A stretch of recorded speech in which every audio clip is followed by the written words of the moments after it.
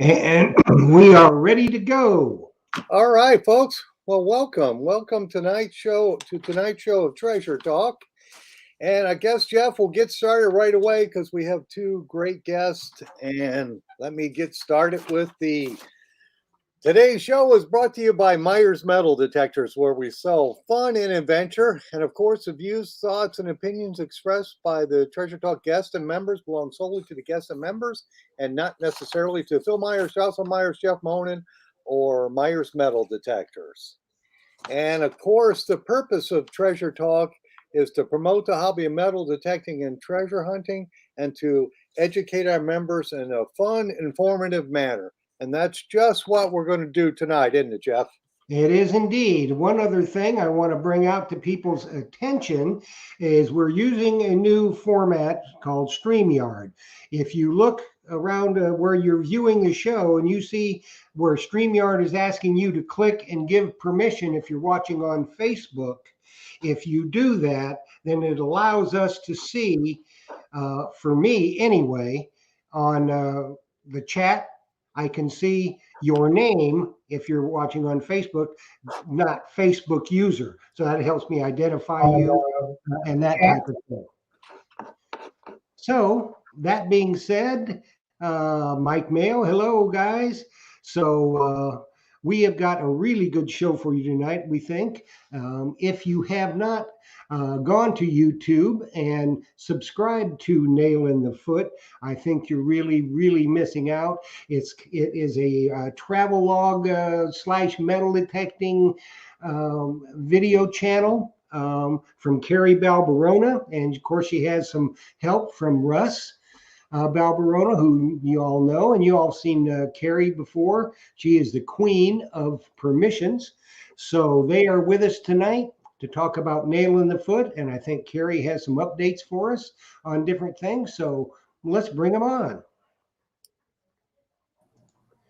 There we go. Hello, everybody. Hey. And Jeff, before we get started here, remind people how they make sure they get the feed from YouTube. If they subscribe, don't they have to do something else? If they subscribe, yes. The best thing to do is when you see that little bell down there, click on that bell and you'll get a drop-down box. And then hit all notifications. And what that does is anytime that we either upload some content or go live, you'll get a notification that we are live or uploading some content, so you'll never miss a thing. So that's a good thing to do. And that's the thing, if you're watching on YouTube, if you want to get in on any of our giveaways, which we got a killer giveaway again tonight. If you're watching on YouTube, you got to be a member of Treasure Talk YouTube. And that's how you do it. Subscribe to the channel, click the bell for all notifications, send an email to me at treasuretalkshow@gmail.com. Tell me that you have done that. I'll check and make sure everything's copacetic and say congrats, and then you're good to go. So that's easy peasy lemon squeezy. Yeah, the reason why I was saying that is because I didn't do that myself on Treasure Talk, and I didn't get the notification. I was subscribed, but I didn't hit the little bell. So that's really important that you do that. And also, of course, I want to remind folks that Jocelyn is over on Facebook, and she'll have any questions if you're on Facebook that hopefully we can get answered. We will do our best. Yes, we'll give it a try for sure. And Russ and Kerry, I wanted to welcome you both. And Russ, for people who don't know you, tell everybody about what you do for a full-time job. So my full-time job is with First Texas Products, Fisher Metal Detectors. Love your hat, by the way, and your shirt, by the way, guys. Representing, yes, absolutely. Technetics. I don't know where I got it. I don't remember. It was a hot day. I may have had a hand in that. Technetics Metal Detectors, Bounty Hunter Metal Detectors, and a lot of people don't know, but we also have two night vision companies as well, Night Owl and Nemesis. So that's what I do to pay the bills. Awesome. That's a neat company, that Night Owl. Especially for like Mike Mayo, him and his wife Trish, they are Nighthawks in the extreme. They ought to get some night vision stuff from you. There you go. We've got a ton of it. We've got everything from those two companies, from regular tube stuff, Gen 2, Gen 3 stuff, all the way to digital. Well, all the way to thermal, really, if you want to get into the military grade stuff on the Nivesis side of things. Well, they point one of those at me and they see a big thermal mass. Me too, for sure. All righty. And Kerry, so what do you do? I help him. Help him. Okay. She makes sure I make the deadlines, and she does all of our research as well for Nail in the Foot. She's got a full-time job just finding all these places that we go and explore on Nail in the Foot. Awesome. For people that don't know, Russ and I actually traveled full-time in our RV for just about 3 years. Yeah. And what we did during that time is we explored and found abandoned places and ghost towns and really cool, unique, off the beaten path types of things. And so I did a lot of the research on that. And last time I was on, I talked in depth about how we went about finding those places, and more so about how to approach people and gain permissions. One of the things I told Jeff earlier this week, I was really excited because I just found something new that was a game changer. And it is an app, and it's called OnX Hunt, ONX Hunt. And what that does, now, when I was talking about the training before, I told people that if you found a property, you could go to the local tax assessor's office, type in the address, you could find out the name of the person who owned it. This app is actually a map, and you can just type in any address anywhere or look at a map, and it not only tells you who owns the properties, it shows you the boundary lines. It can also give you topographic maps. So if you want to plan your hunt, now it's created for hunters in the traditional sense, not for metal detectors, but you can use it. Oh yeah, there's a lot of crossover. So not only can you use that information, it'll show you who owns the property, what the actual address is, so you can reach out to people. But let's say you get permission, you can not only look at the terrain and see what it is like there, but you can also drop little markers and waypoints when you are hunting in an area that you can keep on your app. And so this was just a game changer, and I've just found out about it. So I want to make sure, since we just recently talked about this research stuff, that I want to share that with you. Okay, so that app is OnX Hunt. Yes. Correct? Yeah, and it's $29.99. I'm not affiliated with them in any way, shape, or form. We should have got an affiliate code before we started this. But it's $29.99 for a year for your state, for one state, or you can do $99 for the year, and it's the entire U.S. Right. And if you can put points on it, if you have a permission on a large property and you found stuff in a certain area, that might be a nice way to keep track of it, I guess. Exactly. You know, another thing that I think is really neat about that too, let's say there are some protected areas, you know, parks, that sort of thing. You can see the property lines on there, make sure that you're still within, you know, private property and not going over to any state or national parks. But so I think that that's really good too, because not only can you identify, but you can also make sure that you're not in an area you shouldn't be. Because it will GPS track you, it'll geolocate you. But also, let's say you did research on that property, you can plot those little areas of interest that you've done from your research in advance, and it's all within one app. Yeah, that's cool. The guys we had on here a couple of weeks back, stealth diggers. Yeah, they probably would want something like that, because they were talking about they go hike for 3 hours to get to a property. And you know, Charlie is just crazy, man. I mean, that guy. Boy, I'd love to go hunting with him. I just don't know if my old self could keep up with him. Hunt for 3 hours, walk for 3 hours, and hunt for 6 or 8 hours. And yeah, that's right. I'll tell you what, we were at Digstock a few weeks ago, and I saw somebody who is, I don't know who he is, but he's brilliant. He had one of those all-terrain e-bikes. That's right. Yeah. And he had his backpack on with his shovel and his e-bike. And while everybody else was trudging through the tall grass, over through the hills, he just zipped right along and went right to where he wanted to go. Yeah, that's cool too. Absolutely. All righty. Well, I guess we have some questions already lined up from Facebook. The first one is from, I'm sure you know this gentleman, Jeremy Mann. Sounds familiar. Yeah, I know. And he says, how do you get those amazing shots you guys use in your videos? This woman right here. I take a lot of the still photos, but Russ is really good at taking some of those artistic angles and movements. And I think you call them J cuts and other stuff. She's being very humble. It's all her. I just strap a GoPro to my chest and walk around blindly into hoping I don't step on a nail, get a nail in the foot. But what Jeremy is talking about are those really nice photos, and it's all Kerry. She just has a very artful eye. When we first started this, I used to tell her, make sure, look at this angle, maybe use this and do that. And then I noticed that her photos were so much better than the angles that I was pointing out. So I just gave up. I said, you know what? You're doing more harm than good. So it's all Kerry. So there's It two happens parts. a lot, doesn't it, Kerry? What's that? It happens a lot, doesn't it? Yeah. More harm Every than now and good. then. Well, there are two parts to Nail in the Foot. So we do have our video, and we put some of the photos into our videos. But we typically will put the photos on our Instagram page. So you get to see more of those stills. And I don't know if anybody's asked, I can't see the thing, but I typically get asked what type of camera I use.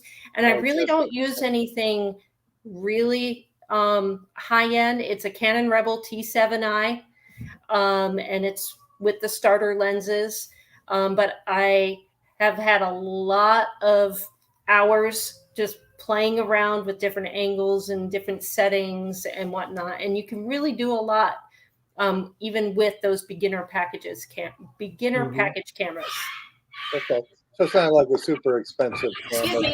We have a doggy emergency, so Kerry's gonna go take care of that. Sorry about that. No problem at all. That's live video for you, right? Yeah. Oh, trust me, I know. We've had some Zoomers, hadn't we, Phil? Yes, we have. Absolutely.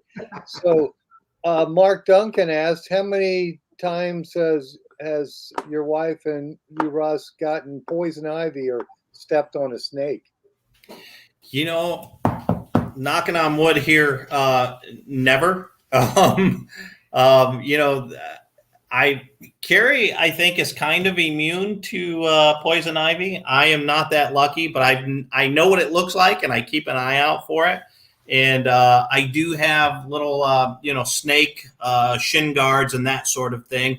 I've never seen a snake out there. You would think that I probably would have seen hundreds just because of places. I mean, we've been in every state from New York to Washington State, including way down on the border in Terlinga, Texas, and that sort of thing, where it should just be rife with snakes. But again, knock on wood, we haven't seen any. So just don't get them going on ticks. Yeah, I've had lots of ticks. Not as many as Charlie, but I don't like ticks.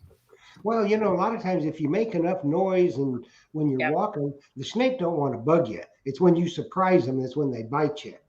Exactly. So. And typically, Russ will, we kind of attack it separately. We found out when we first started going to these locations, because I take the photos and he does the video, I would keep getting in his way. He would keep getting in my way.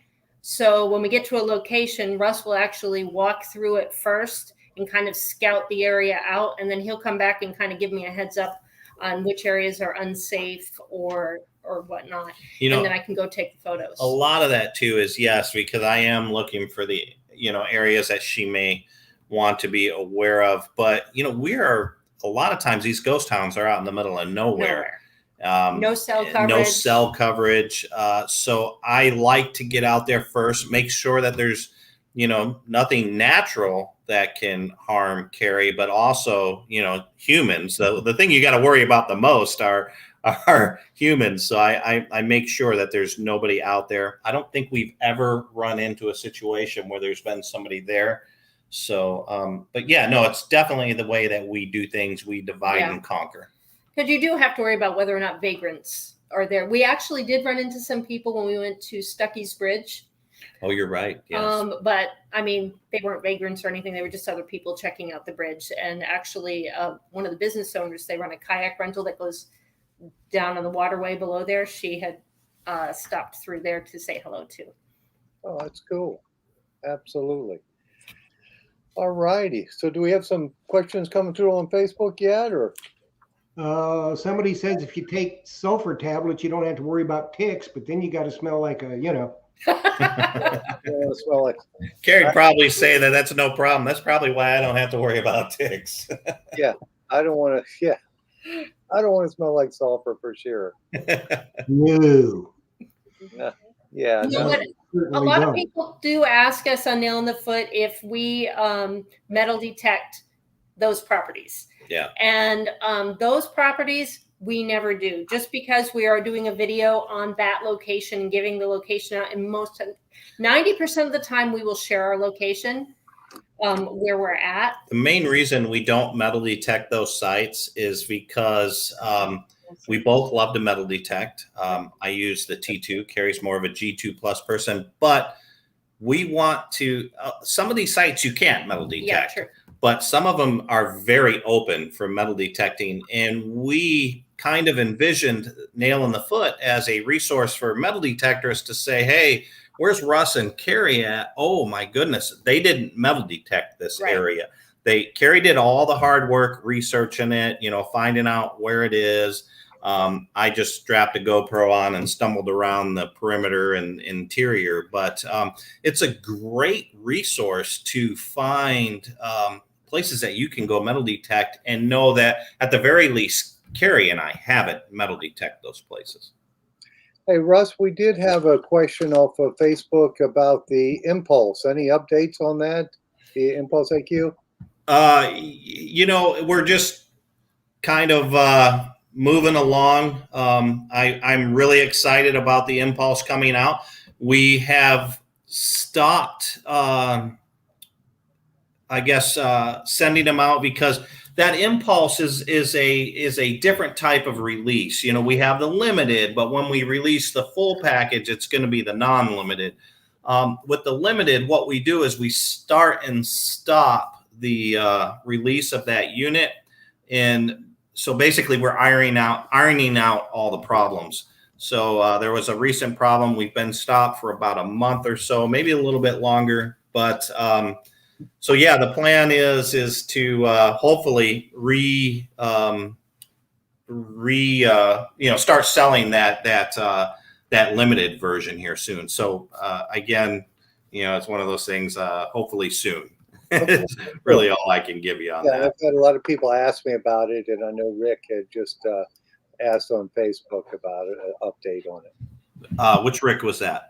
Tumbleson. Rick Tumbleson. Okay, yeah. No, it's a fantastic machine. I have, thankfully, in the position I am, I get to have one. And I tell you, I just love that machine. It's super deep. Did you want to show it? No, it's the limited. I don't have the non-limited. There's a lot of videos out there on the limited. But I really am excited about that. It does things that no other pulse unit does. You kind of have to look at that too with, through the lens of somebody who is. There are people saying things that just aren't true about what it can do and in what it can't do, but it definitely does what pulse hasn't done before. Mm-hmm. And I will tell everybody, as soon as it is available, I will have it and you will know it. And I will tell you what it will and will not do. You are the next on the list. Absolutely. And I know Jeff is getting ready to go over to the Treasure Coast. So he's anxious. Oh, I bet. Yeah. Hopefully we can get that to you real soon, Jeff. Okay, well, I'm just waiting patiently. I appreciate that. All righty. For me, that's something. And I just wanted to, also, you do have other detectors in the works, but we're not going to discuss those tonight because, but you're going to probably have some stuff coming out next year then, correct? Yeah, we have besides the Impulse, which is getting all the the glory right now. There are two different platforms that are very close to being released. So next year and the following year are going to be just stellar years for First Texas products. There's going to be a lot of movement, and we are super excited to finally be getting those new machines out. And they will hear about it first on Treasure Talk when it's ready to debut. I would love to be on the show again, for sure. We'll do a special show. You just tell me when we're ready to debut it and launch it, and Phil and I will be there. For sure. We'll be in the Hollywood squares. Sounds like a plan. I've got my calendar set. Cool dude. Yeah, I can answer this one, but I'll let Russ talk about it too. Bob Bolton is asking, why are pulse units banned at hunting events? Oh man, yeah. Well, especially when it comes down to seated and people in close proximity, they are very powerful and they emit the machines just go crazy. Every other machine around them goes crazy. Yes, so it's the only person finding stuff is the guy with the pulse because Yeah, nobody right. else can stand what's going through their headphones. Yes, for sure. And our club does that too. We tell folks that because our club will do seated beach hunts on the beach, and I know the St. Pete Club does the same thing. We'll put a lot of silver coins, like $500,000 worth of silver coins out, and if one guy has that pulse detector, he's cleaning up, but nobody else is finding anything. So that's why they're banned from seated hunts. So well, Tricker Treasure on YouTube says he needs a T3. A T3. Boy, I've never heard of that unit. I know what he's talking about too. I need a T3. Whether that's going to be the name of the new unit or not, I don't know. But I'm right there with you, Treasure. Absolutely. So Russ, now these sights on your nail in the foot, you're not metal detecting those. But let's talk a little bit about the stuff you guys have metal detected. Okay. So what has been your favorite find? Oh man, that's a tough one. So I'm going to have to split it into two. So we'll have to go into the I guess the one that's more interesting to most people would be the man-made find. I have a when I first went to the UK, my goal was to find 1799 and below. 1799. I just wanted to break the 1700s. In the US, I hadn't. I think my oldest coin was 1840s, 1850s. So I went over there just hoping 1799 and below. And guys were throwing coins 1760s, 1780s in my bag. And, I was like, are you kidding me? And they're like, oh, it's junk. It's a different ball game over there than it's a greenie. But my second coin has to be my favorite man-made find, and that was a silver denarius from the years, I believe it's 89 to 99. It was Emperor Constantine. 99, no 19, no 18, no 17, no 15 in front of that, 99. And then my all-time favorite find up in the Wisconsin area, I was metal detecting with a T2, and I found a large copper nugget over a pound. And they have a lot of copper up there in the Superior region, and it was called float copper. And basically, when the glaciers came down, they would shear these chunks of copper off and just deposit them a little bit south, and you'll find these in the Wisconsin, Michigan area mostly. So that 1 pound copper nugget probably is one of my favorite finds. However, I was out in the Sierra Nevadas just a bit ago and found a bunch of gold. So I'm not a gold hunter. I'm more of a relic, coin, and beach hunter. So, but I have now been got the gold bug. Yeah, I got the gold bug flu now. So I'm really enjoying that as well. Well, But that'll all end up in jewelry for Kerry, won't it? it does, yes. And I mean, Kerry has had some pretty spectacular finds over in the UK as well. Well, she's had some pretty spectacular finds all over. That's Yeah. what I was going to want to know about. Well, my favorite one, as Russ was saying, he came back and told me that story about how they were throwing coins in the 1700s, Adams saying that it was really nothing. And I got to tag along on a hunt out in the UK a few years ago with Russ. And everybody kind of went to one field. So I went to the one field where nobody was, just because I was so nervous. I didn't want to embarrass Russ or anything at this event. And I found a coin. And I just put it in my pocket because it didn't seem like it. It seemed like it was something that wasn't going to be impressive. So I didn't want to get everybody all excited. So Russ comes by a little while later and he said, "So did you find anything?" And I said, "Well, I just found this." And it was a 1585 hammered Lizzie. Sixpence. Lizzie sixpence. Yeah. And what was interesting about it, so of course, the one thing I learned very quickly about metal detecting is that when two people get together in a field and they start looking down, everybody from the other field stop what they're doing and they come in just to see who's found what. Right. And I mean, the guys out there were just so amazing. One of them pulled out a little plastic case with cotton and they were all excited for me. And he gave me a special thing to put in there, to put it in to protect it. Because what was interesting about this one is Elizabeth was on there, and typically when you find them, you don't see her face or her outline on it anymore because she was hated for so long that they would rub her face off. Well, this one still had her face on it. So, I mean, the detail on it is fantastic. It's amazing. So that is by far my favorite, but I am hooked on relics. I mean, I'll go and dig all the iron stuff all day long, and I'm happy when I find a horseshoe or an iron thing. So horseshoes are cool. Yeah. But no, that was my favorite. And which detector are you using? I love my G2 Plus. Okay, G2 Plus. And Russ, when you were digging the gold, what detector were you using? The gold bug? I was using the gold bug 2. Okay. Yep. Awesome. I just didn't know if you were using your regular detector or you just got it.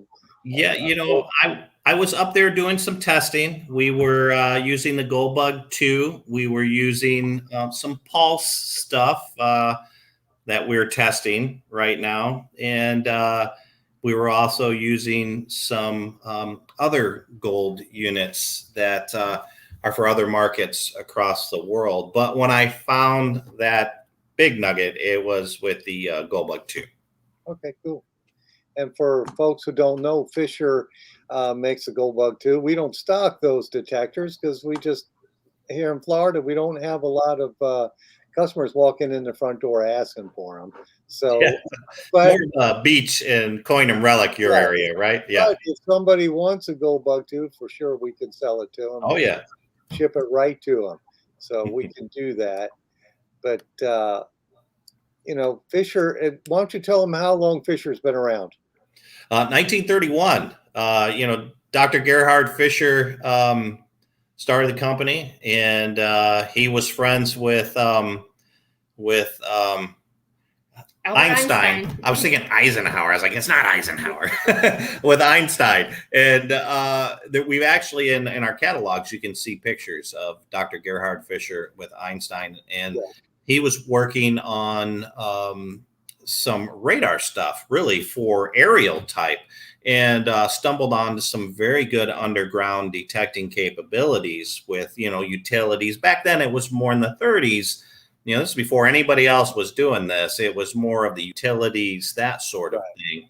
and it evolved over time into utilities. We're still very strong in the utilities, but also into the hobby market as well. Absolutely. So you guys are the oldest metal detector maker in the USA, then? In the world. world. Yep. In the world. Yeah. In the world, then. Awesome. Well, that's cool. My friend Gary Toledo, who's used to be in Tampa Bay area, has moved out to Arizona, wants to know how many detectors, I guess between the two of you, how many detectors do you own? Yeah. We lost count. It's obnoxious. I mean,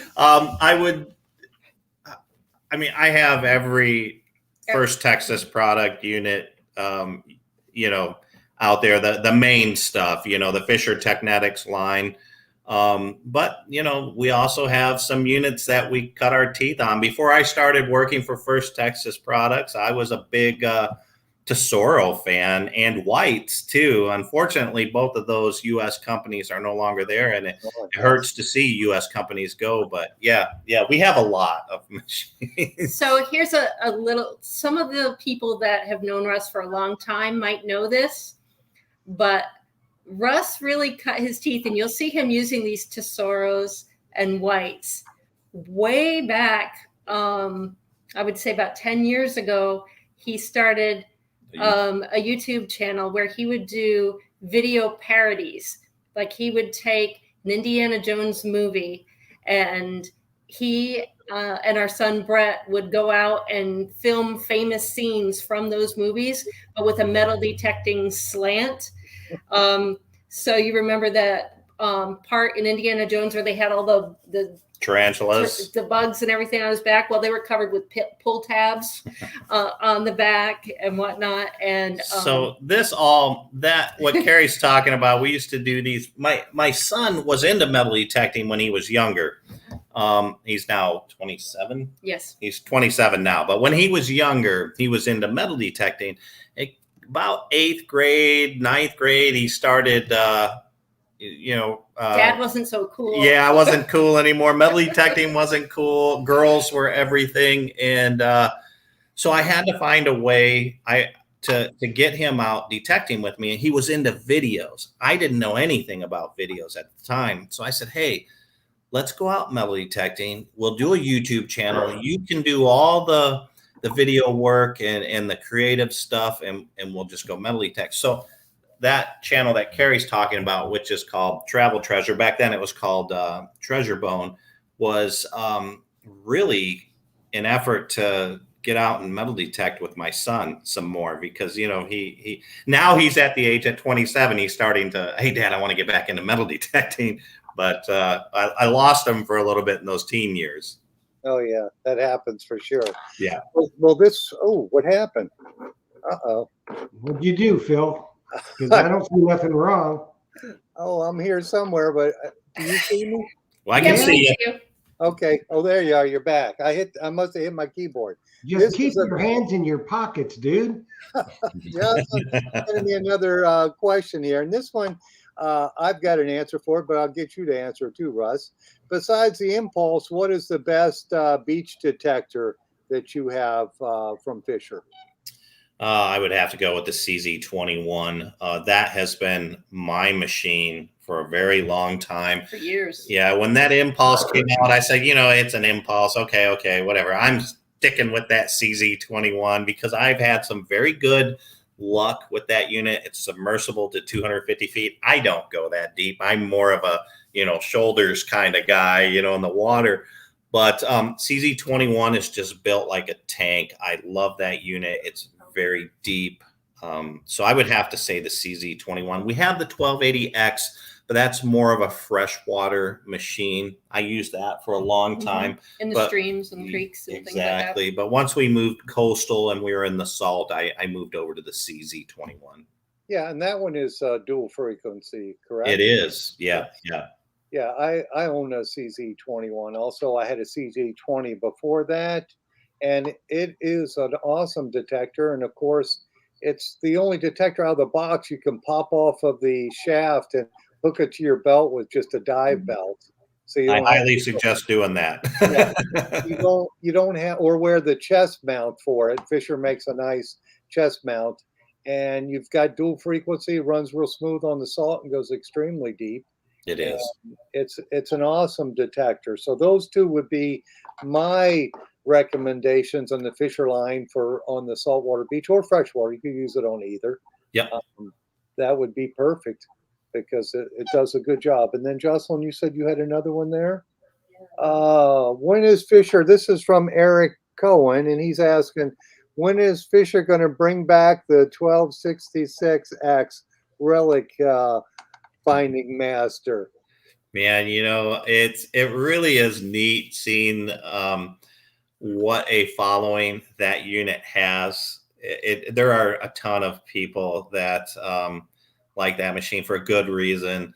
Unfortunately, we probably will never come back with that unit. Just parts now, especially now during. I think Charlie coined the term human malware. It's just been difficult to get parts, especially older parts like that. But that is a great machine. I think the closest you can get to that with our current lineup would be the CZ3D, but that is something that is not going to be around for long. So if you do want to get into that type of unit, that's something that I would suggest somebody do sooner than later. Yeah, I had a friend who's since passed away, and he used to hunt with that one all the time. And he had like a 3 or a 4-inch coil, and that's all he used for relic hunting. I was amazed at the depth he got from that tiny coil. I mean, super tiny. And that was an awesome detector for sure. How you doing over there, Jeff? I haven't heard much from you. Good. Well, I'm enthralled. Okay. Well, if you have any questions on YouTube, be sure to shout them out. I do. Go ahead. No, I don't have any questions from YouTube yet, but I'll shout them. I got a flapping mouth. Okay, I'm just making sure I'm not hogging the airways out here. No. So we just went through the 1266. Now we're asking, when's Fisher going to bring back the 1226X? Wow, yeah. To be honest, I'm not familiar with that. The 1266 for sure. 1226. I have not had any experience with that machine. So again, it'll be along the same lines as the 1266. And Russ, they're asking also, I guess the best all-around detector that you guys have right now is the F75 Plus, correct? Yeah, the F75 Plus can do it all.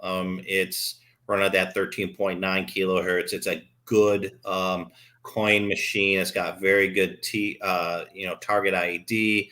It also does very well on the relics in that range, and even does decently well on gold. And I've seen guys hunt that unit on the beach as well. It's not waterproof, so you want to make sure you're not going to drop that in the water, but it does handle the salty sand fairly well for a unit that isn't designed to do that. So I guess all around would be that F75 Plus. Great unit.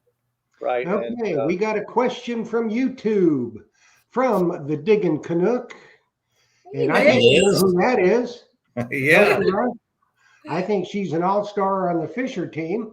She is.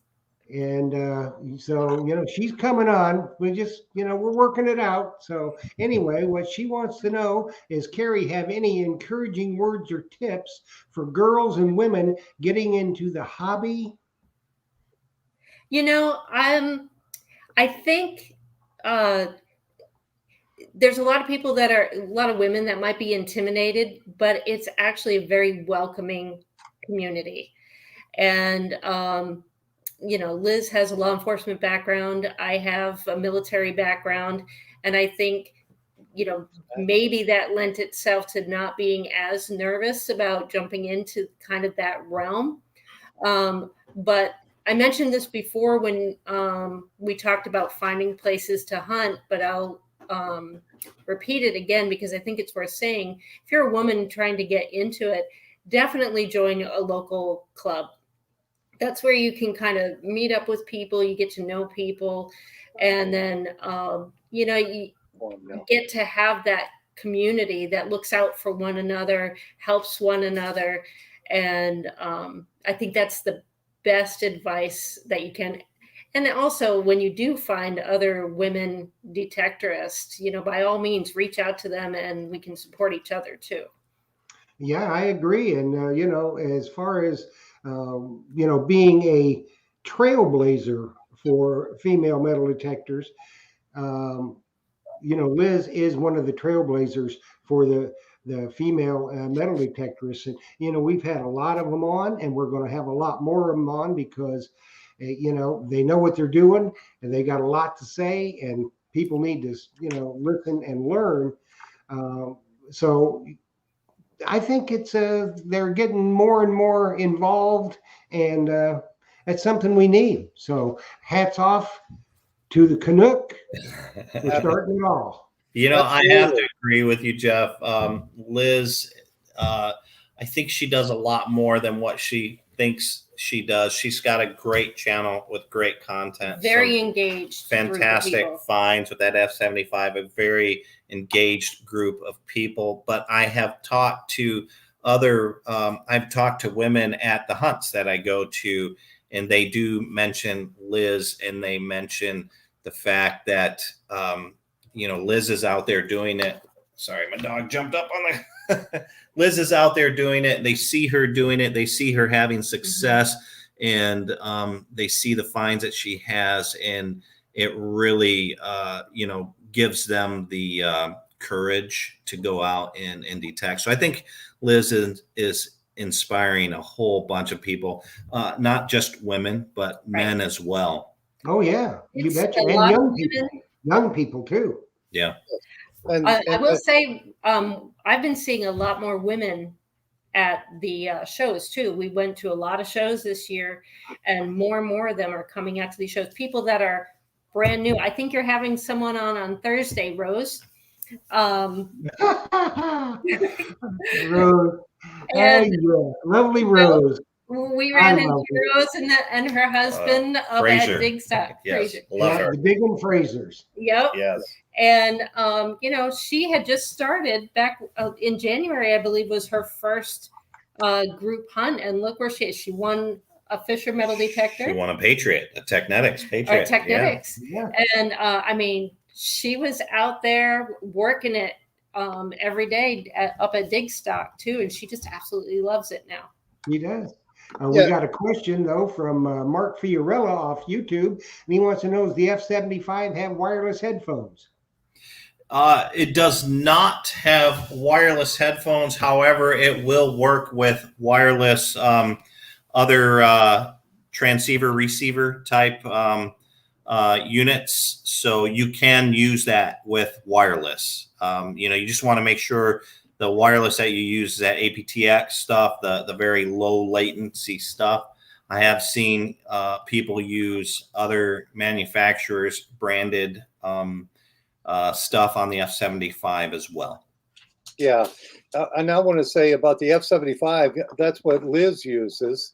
Yes. And she does an awesome job with it. And the thing about a lot of times with ladies, you want to have something that's lightweight and ergonomic, and that detector is just an awesome detector for that.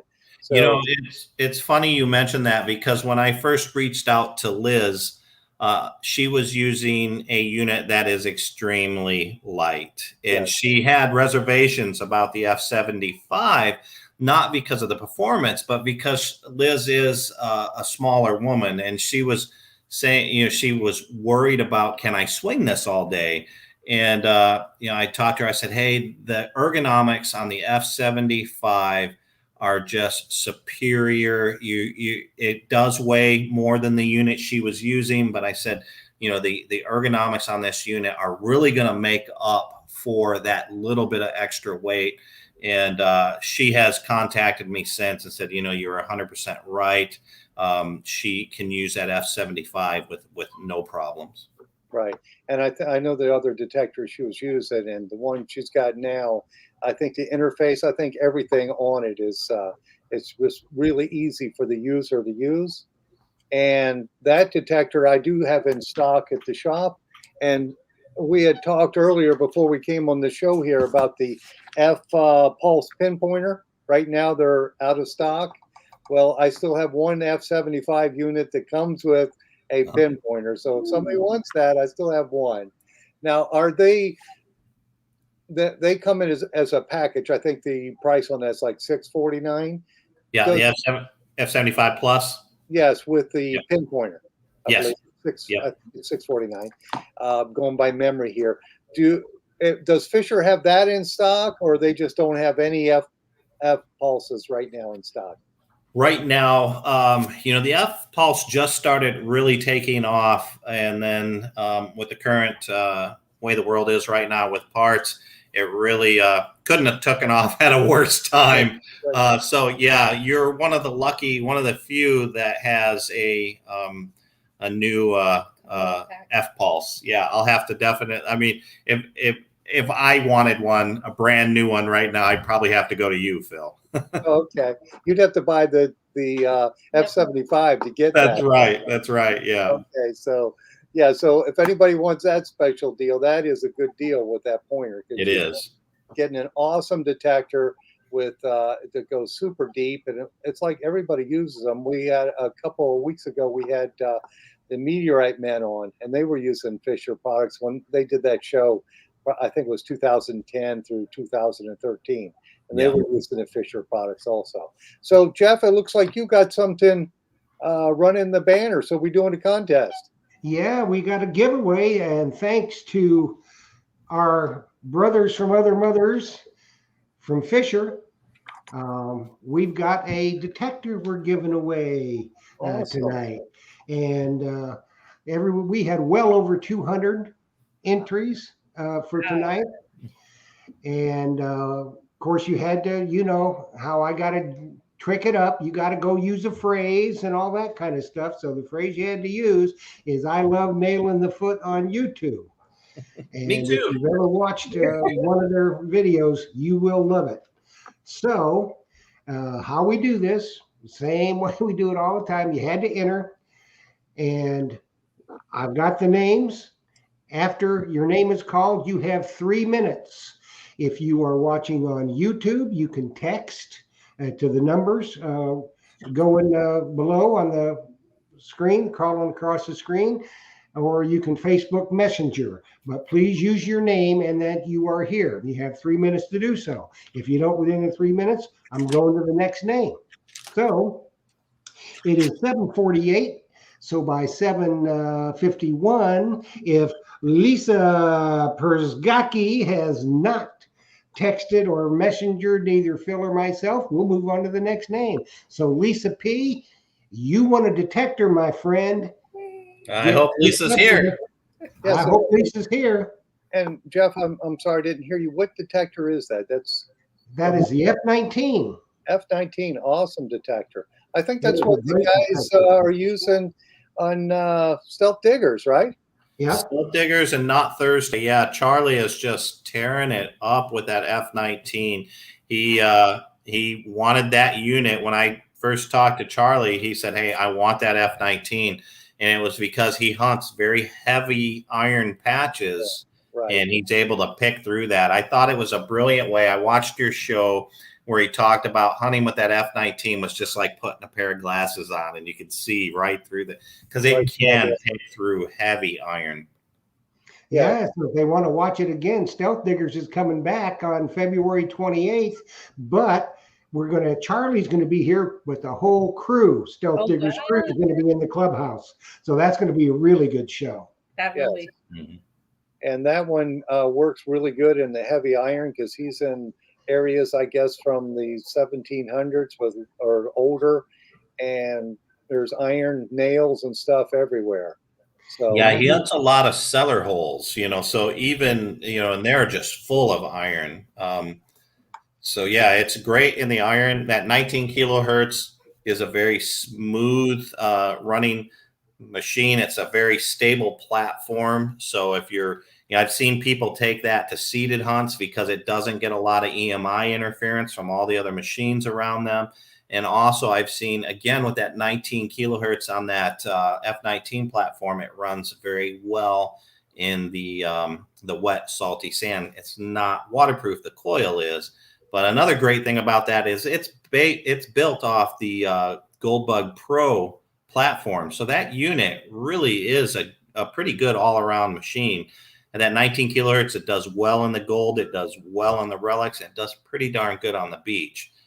You're suffering a little bit when you get into the coins just because you're up in that higher kilohertz range, which is mostly the mid and low conductors. But it will do decent on coins as well. Absolutely. So that's an awesome prize. So thank you for donating that. And we got another question about the F-Pulse. So any idea when we're going to see some more? I wish it was tomorrow. To be honest, I think we're probably looking more at the 2022, the coming of the new year. Hopefully as soon into 2022 as possible. There's just a huge demand on that unit. We do have some units going out, that are going to be out, but as soon as they're released, we have very large orders from all over the world that they're already spoken for. So if you have an order in already, chances are you're good. But if you have a new order in, it'll be difficult until more of the 2022 range. Just filling old orders. Okay. Yeah, I do have an order in, but There you go. yeah. So hopefully I'll see some more because the ones I got when you were there, of course they went out first. It's a great pinpointer. It really is. Okay, Lisa P is not watching. She must have got stuck at work or something. So the next name, and this is going to be a tonguey one. This one is a long name. So Anne Marie Peterson Dwyer, if you are in the house, you know the drill. It is 7:52. You've got till 7:55. Anne Marie Peterson Dwyer, right? Yes. Yes. All right. We're pulling for you, Anne. Absolutely. All righty. So we went through the F-Pulse. We're not going to see that a good supply till probably next year. So just if you want that for Christmas, you just have to get it. It's a New Year's gift. Get Phil's F75 with the pinpointer pack. That's right. To do that. Absolutely. Anne Marie in the house. Hey, yay, congrats, Anne Marie. Anne Marie, you are won a F19 metal detector. Now, what you have to do is you got to go and send an email with all your information, your name, address, phone number to treasuretalkshow@gmail.com and give me that information. I will get it to Mr. Russ and Miss Kerry, and they will get your F19 out to you. Congratulations. You done good. All right. Well, congratulations. Absolutely. And then I have a couple questions. One is from Catherine Powell, and she's asking, what is the deepest good target that you've dug? How deep have you dug for a good target? Man, that's a good question. I've been blown away where I've had, 12. I mean, the one that just sticks out in my mind, there's probably been deeper targets. But I remember the one that just kind of sticks out in my mind is I hit a seated half dime at over 11 inches. And it was with the T2. I was hunting in all metal mode. And, it was just kind of right on the edge. And that just blew me away because if you've ever seen those seated half dimes, they are tiny. Not only are they tiny, they're thin.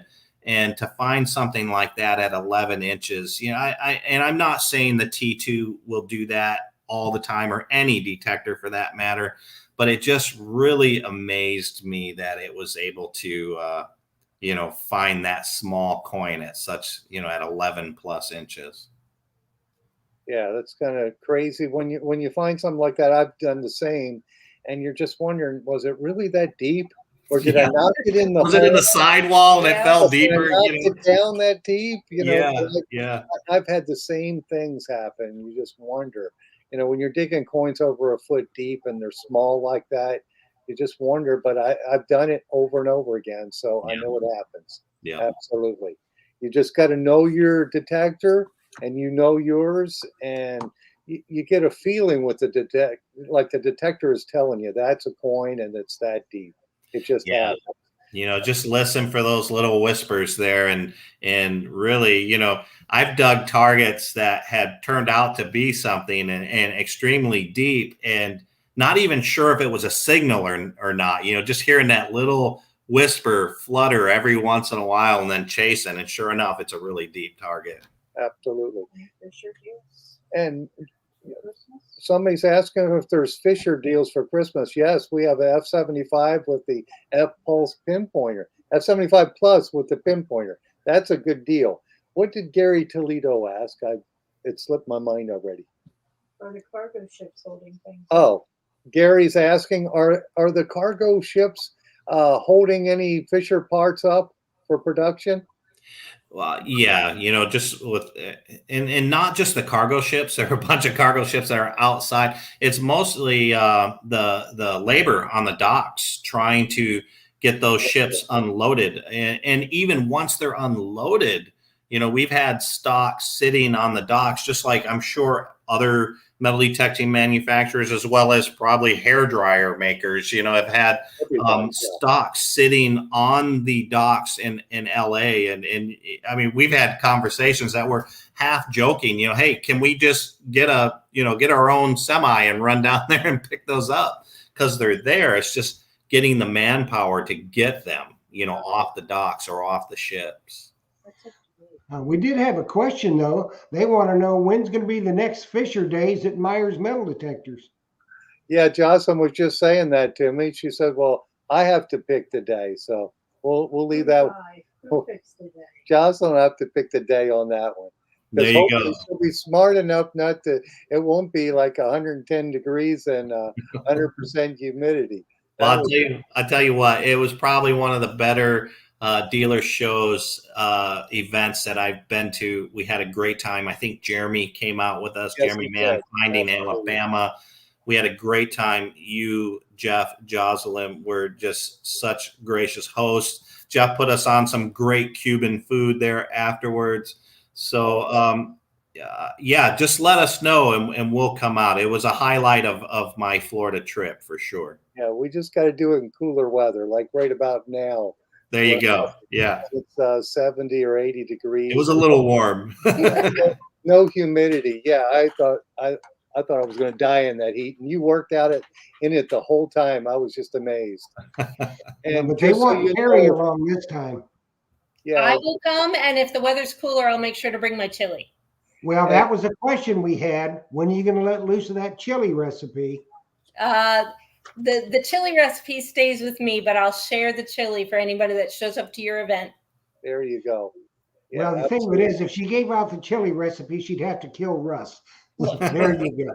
There we go. Yeah, so we'll keep it a secret. Yeah. yeah, and that we won't have that lot next door that Jeremy parked in. Where we were parking on the lot next door because it's being paved now. I did have the opportunity to hunt it because I met the new property owner and I asked him, "Hey, can I metal detect it?" But I only had like 30 minutes to do it before they dumped crush run in on it. But I did manage to pull out one silver quarter and a penny from 1911. So well, there you go. It's rare to find a silver quarter of any type, so that's all. That's fantastic. Good job. yeah, it was nice. Well, yeah, Joe, the guy who works with me, found I think a couple wheat pennies too. So we had just a few minutes on it, but we still pulled out some old coins. Well done. Yes. And we got 30 seconds till the witching hour, Philip. Uh-oh. Well, I'm going to go ahead and say thank you then. Thank you, Jocelyn, for handing me the question. Thank you, Russ, and thank you, Kerry. Thank Thank you. you, Jeff. And I like the new platform you got, Jeff. It looks cool. I don't quite understand everything on it, but it looks good. Well, we'll get there. It's still new yet. It's work in progress. But thanks, guys, for coming on here, and thanks for giving away the detector too.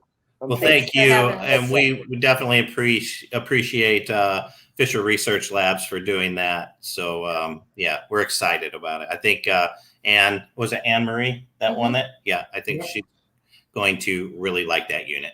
Oh, I Absolutely. think she will. I think she will. And if you So- didn't win it, we do have them in stock at the shop, so they could Yeah, stop. well, the one thing about Myers metal detectors, if he hadn't got it in stock, you probably don't need it. You don't need it. Absolutely.